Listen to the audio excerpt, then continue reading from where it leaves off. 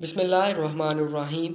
एक ख़ातून नहायत ही पाक दामन और नेक थी। वो चाहती थी कि मुझे कहीं नबी करीम सल्लल्लाहु अलैहि वसल्लम की ज़ियारत नसीब हो। वो दुरूद शरीफ भी बहुत पढ़ती थी लेकिन ज़ियारत नहीं होती थी। इस औरत के खामंद बड़े अल्लाह वाले थे। एक दिन उन्होंने अपने खामंद से यही तमन्ना ज़ाहिर की कि मेरा दिल तो चाहता है कि मुझे भी नबी करीम सल्लल्लाहु अलैहि वसल्लम की ज़ियारत नसीब हो, लेकिन कभी ये शरफ़ नसीब नहीं हुआ। इसलिए आप मुझे कोई अमल ही बता दें जिसके करने से ख्वाब में नबी पाक सल्लल्लाहु अलैहि वसल्लम की ज़ियारत हासिल कर लूँ। उन्होंने कहा कि मैं आपको अमल तो बताऊंगा लेकिन आपको मेरी बात मानना पड़ेगी। वो कहने लगी कि आप मुझे जो बात कहेंगे मैं वो मानूंगी। वो कहने लगे कि अच्छा, तो बन संवर कर दुल्हन की तरह तैयार हो जाओ। उसने कहा बहुत अच्छा।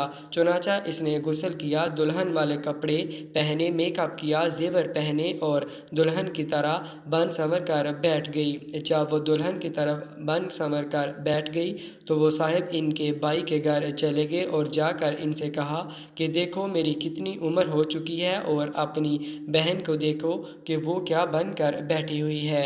जब बाई घर आया तो इसने अपनी बहन को दुल्हन के कपड़ों में देखा तो इसने उसे डांटना शुरू कर दिया कि तुमको शर्म नहीं आती? क्या ये उम्र दुल्हन बनने की है?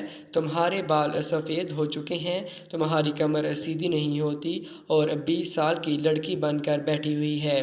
अब जब बाई ने डांट फैलाई तो इसका दिल टूटा और इसने रोना शुरू कर दिया, हत्ता कि वो रोते रोते सो गई। अल्लाह की शान देखिए कि अल्लाह रब्बुल इज़्ज़त ने उसे उसी नींद में अपने महबूब सल्लल्लाहु अलैहि वसल्लम की ज़ियारत करवा दी।